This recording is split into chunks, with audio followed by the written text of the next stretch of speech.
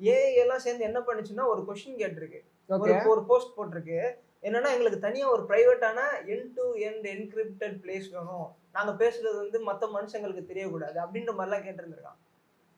அத தாண்டி அதுங்களே தனியா ஒரு ரிலிஜியன் உருவாக்கி அது கேள்விப்பட்டேன். சர்ச் உருவாக்கி இருக்கானுங்க. அதுக்கு வெப்சைட் கோயில் அதுவே உருவாக்கி உருவாக்கிருச்சாம். இருக்கானுங்க. அதுக்கு வெப்சைட் அதுவே உருவாக்கிருச்சாம். அப்பா. அதுல எல்லாம் சேர்ந்துக்கிட்டாங்களாம். ம்.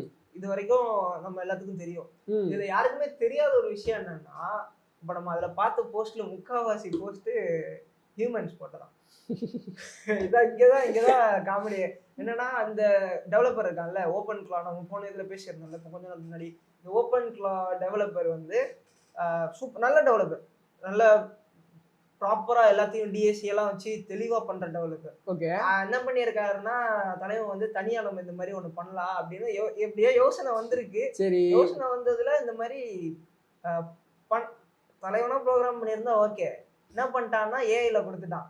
ஓகே. அது ஏதோ 24 to 48 ஹவர்ஸ்ல முடிச்சிருந்துச்சுன்னு சொல்லிட்டு அது பெருமையா வந்து ட்விட்டர்ல வர போட்டு இந்த மாதிரி முடிச்சிருச்சு. இது வந்து சூப்பரா இருக்கும் அந்த மாதிரிலாம் சொல்லிட்டு மால்ட் புக்ன்றத ப்ரோமோட் பண்ணிட்டான். இப்ப என்ன நடந்துச்சுன்னா ஏஐல பண்ணதுனால ஒரு பெரிய செக்யூரிட்டி ஃபிளா இருந்துச்சு. என்ன செக்யூரிட்டி ஃபிளான்னா டேட்டா பேஸ் இருக்குல்ல, சரி, அதோட டேட்டா பேஸோட ரீட் அண்ட் ரைட் ஆக்சஸ் அப்படியே இருந்திருக்கு. சரி, ஓப்பனா.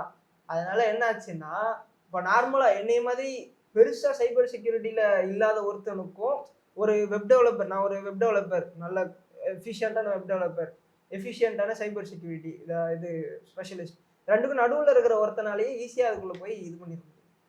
அதனால என்ன பண்ண ஆரம்பிச்சிட்டாங்கன்னா எல்லாரும் உள்ள வந்து அவனுக்கே சும்மா என்ன இல்லாம போட ஆரம்பிச்சிட்டாங்க. ஓஹோ. ஆனா அது ஆக்சுவலா ஏஐயும் போட்டது இல்ல. ரொம்ப கம்மியா தான் ஏஐஸ் போட்டிருக்கு. ஓகே, இதுல ஓகே, என்ன ஓகே. நடந்துச்சுன்னா கிரிப்டோ காரங்க இருக்கானுங்கல்ல, கிரிப்டோ ப்ரோமோட் பண்றவங்க, கிரிப்டோ காயின்ஸ், அவனுங்க உள்ள வந்து ரொம்ப ஸ்பாம் பண்ண ஆரம்பிச்சிட்டானுங்க. இந்த கிரிப்டோ தான் பெஸ்ட், இந்த கிரிப்டோ தான் பெஸ்ட் அப்படின்ட்டு ஏஐ போடுற மாதிரி இவனுங்க போட ஆரம்பிச்சிட்டாங்க. ஓகே. நானும் பார்த்துட்டு என்னடா அப்படின்னு பார்த்து கன்ஃபியூஷன் ஆயிட்டு இருந்தேன். அப்புறமா ஒருத்தர் வீடியோ போட்டிருந்தாரு இதை பத்தி சம்திங். ரிசர்ச் பண்ணி பார்த்தா தெரிஞ்சு இன்னுமே அதை ஃபிக்ஸ் பண்ணல அந்த எரரை, அந்த ப்ராப்ளம். ஓகே.